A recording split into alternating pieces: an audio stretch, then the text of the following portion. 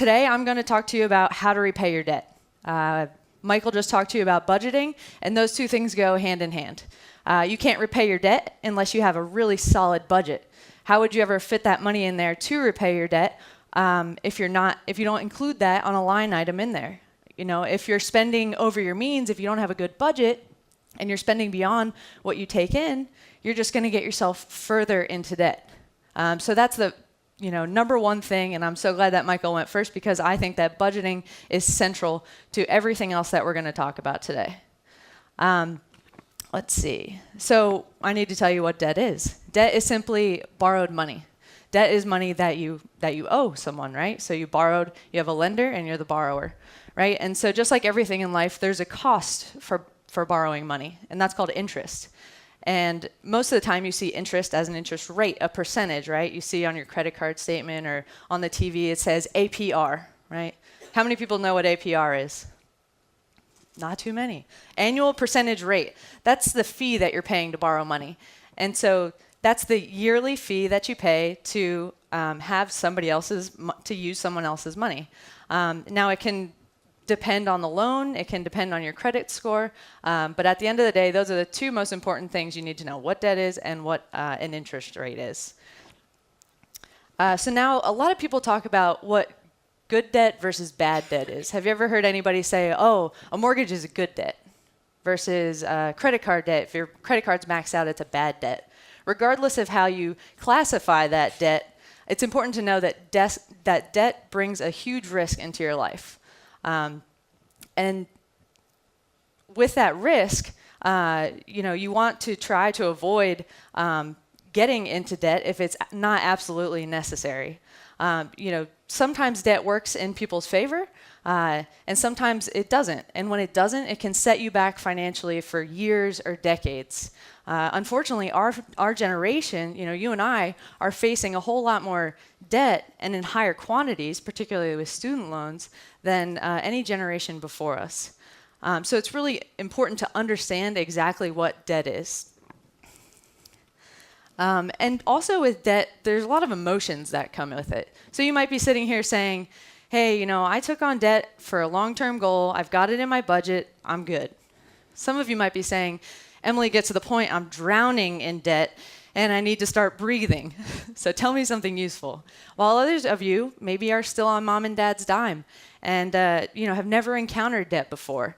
And so you're here to learn a bit more about it because you know that you might face it in your life and you should want to understand it. So those are kind of where you could fall on the scale, but what I'll tell you today is that the couple things that I'm going to share with you, the lessons that you'll learn from this, apply to all of you. So I'm going to tell you a little story. I have this friend who called me the other day, and she says, Emily, I need to buy a new car. And I said, okay, did you get a loan? Did you buy it on Craigslist? And she said, no, I have a terrible credit score, and so nobody will give me a car loan. But this one dealership would, and car salesmen as they are very convincing. She said, I can get a 2010 Jeep Cherokee for $20,000, a $20,000 loan, zero down, so nothing up front, at a 15% APR interest rate, and I can pay that back in 5 years, so 60 months. And I said, okay, and she thought, well, that interest rate is less than my credit cards, which are in the 20s, but higher than my student loans, so it must not be too bad. And that's when I introduced her to a loan calculator, an amortization table. If anybody's heard that word before, don't be afraid. I'll explain it to you. It's a little bit scarier than it sounds. So this is what I explained to my friend. So she tells me about this great car loan she's going to get, and I tell her this. At $20,000 over 5 years, so that's 60 months, and you're going to pay 15% APR, $0 down. The first thing you need to do is not be intimidated by this table. Don't look too far into it. I'll explain it all to you. I know numbers can be intimidating. So this is what we did. We took that 15%, and because it's an annual rate, we had to divide it by 12 to get what we're going to pay monthly, right? You still following? Yeah?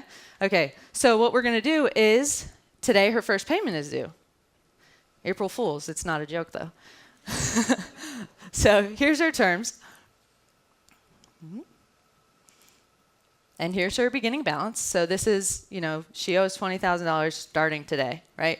Her payment is $475 a month, and she's going to pay $475 a month every month for 60 months until she pays it off. And that's exactly what an amortization chart tells you. It's a systematic way to pay back a loan when you know all those terms up top there. And it tells you how much of your payment, how much of that $475 is going towards the principal, what you owe, versus the interest, what you're paying the institution who took a chance with you and gave you that loan, right? So this is where it gets kind of crazy. That $475 that she's paying today, well, interest is calculated on the remaining balance. So the remaining balance is $20,000. So now we take that monthly interest rate of 1.25% and we multiply it times 20,000. So guess what? Her first loan payment, she had to pay that $475 and $250 out the window, right to the bank. So she really only paid down her balance by $225. Isn't that crazy? So next month, when we go to figure out how much of that $475 is going to interest versus her actual balance, which is what she needs to pay off her car, yeah, sure, it gets a little bit lower, but she's still paying $247 in interest. And so you can tell for the first 6 months, the majority of all those payments are going to interest, right? So now as we go through and get to the bottom of 60 months and she lowers that balance, as you get a lower balance and you multiply that by the 1.25%, then more is going to pay off the principal, and that's how you eventually pay it off. But it's incredibly important to do something like this before you get yourself into debt. So if there's ever a time where you deem going into debt worthy and you really have to do it, this is something that you should go through first. And I'm not that smart. I did this in Excel, and there's a template. So you guys can all go onto Excel, open up the loan calculator template, plug in the terms, just like we have up top, and find this information out yourself. And that's so important to just understand exactly what you're getting into. So after 60 months, that $20,000 car actually cost her $28,000, over $28,000. Isn't that insane? And so that means that a third of the price of her entire car all went to interest. Not to mention that 5 years later, her car is not worth $28,000.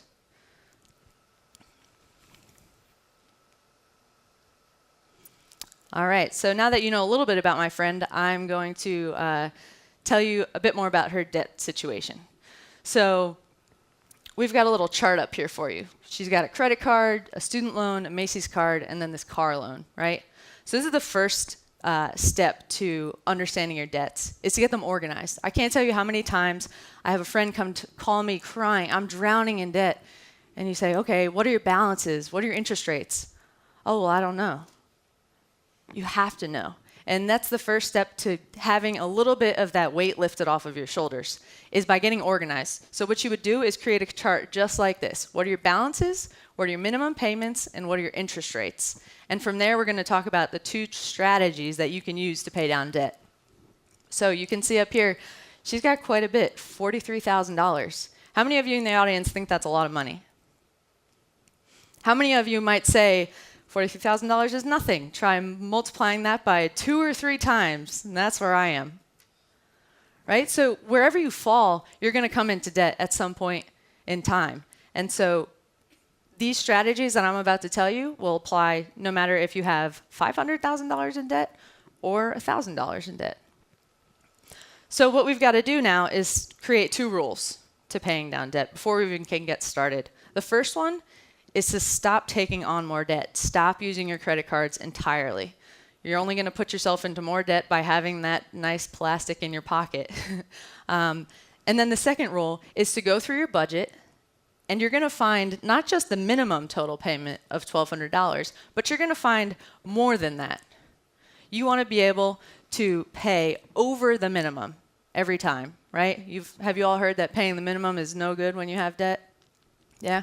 Okay, so you're going to find more money in your budget. You're going to cut out some expenses here and there and increase that number a bit. So let's say that my friend finds an additional $300. All right, so we're going to go with $300. So she's got $1,500 a month in her budget to start paying down her debts. All right, so with that number and our organized chart, now we're going to talk about the two strategies. The first strategy is the lowest balance first. With the lowest balance first, you're going to take your nice chart and you're going to order it by the balances, starting with the lowest and ending with the highest. So the Macy's card's got 1,000, car loan has 20,000, so we're going to pay them off in that order. And we're going to dedicate ourselves that until all of our debts are paid off, we're going to put $1,500 towards it, towards debt as a whole. So here's the strategy. You pay the minimum on everything except the lowest balance. So you see the minimum on the lowest balance is 75, but we found that $300 extra in our budget, so we're going to put $375 towards that debt and then pay minimums on everything else. So until that debt is paid off, that's how we're going to do it. Then once that's paid off, we're going to add the $375 to the minimum of the credit card and pay that amount on the credit card and minimums on the others until that's all paid off. You guys following me? Yeah, cool. And then once the credit card's paid off, go to the student loan, and you can see we're still dedicating $1,500 a month towards our debts. And then once the car loan's paid off and you're debt free. So this is a really good strategy for somebody who likes to cross things off their list. They need a little bit more motivation to keep them going. You know, debt's not fun. It's not like exciting. You know, it's exciting to pay off your debt in the end, but making those payments every month. If you're somebody who really, you know, needs those small victories, this is a great strategy for you. All right? And then we've got our second strategy, which is the highest interest rate first. So what we do now is with our nice organized chart that we made that alleviated some stress, now we're going to order them with the highest interest rate first. So if you are paying a higher interest rate, you're paying more interest on that loan or on that credit card, right? So the fastest you can pay off your highest interest rate stuff, the less interest you're going to pay over time. So this is a strategy if you're like, I don't care, I don't need that like psychological win thing, I just want to get rid of this now. So this is a strategy you would use. So again, now we ordered them by highest interest rate, credit card, then Macy's, car loan, student loan, right? And now we're going to pay the $150, which is the minimum on the credit card, plus that extra $300 we found in our budget, and so forth, and use the same exact strategy as we did before. So once the credit card is paid off, then the rest of that money goes to Macy's, then the car loan, then the student loan, right? All right, so which method is right for you? One method I did not go over is paying only the minimum, because it's something I wouldn't endorse. So if you paid only the minimum, given that $43,000 in debt that we were talking about, it would take you 46 months to pay that off, and you'd pay over $12,000 in just interest. So that is not an option. If you can't find extra money in your budget, you know, go out to eat one less night a week and put an extra $25 in there. You can. Everybody can. If you have the willpower, you can do it. So the lowest balance first, that one would take 35 months to pay off and would cost you about $8,500 in interest. So that's a good option, right? But the best option is the highest interest first. That's the shortest amount of time and the least amount of interest that you're going to pay. So yes, it does take first place, but again, it's up to you. You need to decide what's best for your personality, because debt is not fun. Debt is overwhelming and, you know, can be very upsetting and unmotivating. So you pick between those two strategies what works best for you. Does that make sense? Cool. All right. So I've got some closing words for you guys, a little bit of advice. You know, paying that debt off quickly is the best thing that you can do to achieve financial freedom. Now imagine that $1,500, once you've paid this all off, now you have that to save, to build wealth, to do anything with it. Now imagine having that cash in your pocket after you've been paying it for 35 months. It's pretty awesome. So my first piece of advice to you is live within your budget. If you're going to borrow, don't borrow more than you planned for. A lot of times this happens where you think it's a good debt, but then you can really get stuck in it if you borrow more than what you expected. Oop. Get organized. Like I said, just creating that chart and understanding what your debts are is going to help you exponentially in creating a plan to be able to pay off those debts. So then you're going to create a plan. You're going to choose one of those strategies. You're going to make sure that you're sticking to your budget every month and you're dedicated to getting rid of that debt. And then finally, ask for help. Nobody expects you to be a financial genius. When you need help, you got to reach out for it. It's so important that you don't let things fester and you be proactive with your finances so that you can stay ahead of them and not get stuck in a debt ditch. So just some closing words for you. I know a lot of you guys are in undergrad right now, and maybe you haven't been hit with the reality of the real world yet. But I can't tell you how important it is that you're here at this event and becoming financially literate. For those of you who have already graduated, you already know what this reality is like. And life is so much more enjoyable when you don't have debt weighing on your shoulders and financial struggles hitting you from every direction. So my advice to you is to go home, and I challenge you to start creating a plan that you can live by to begin to prepare for your prosperous future. Thanks.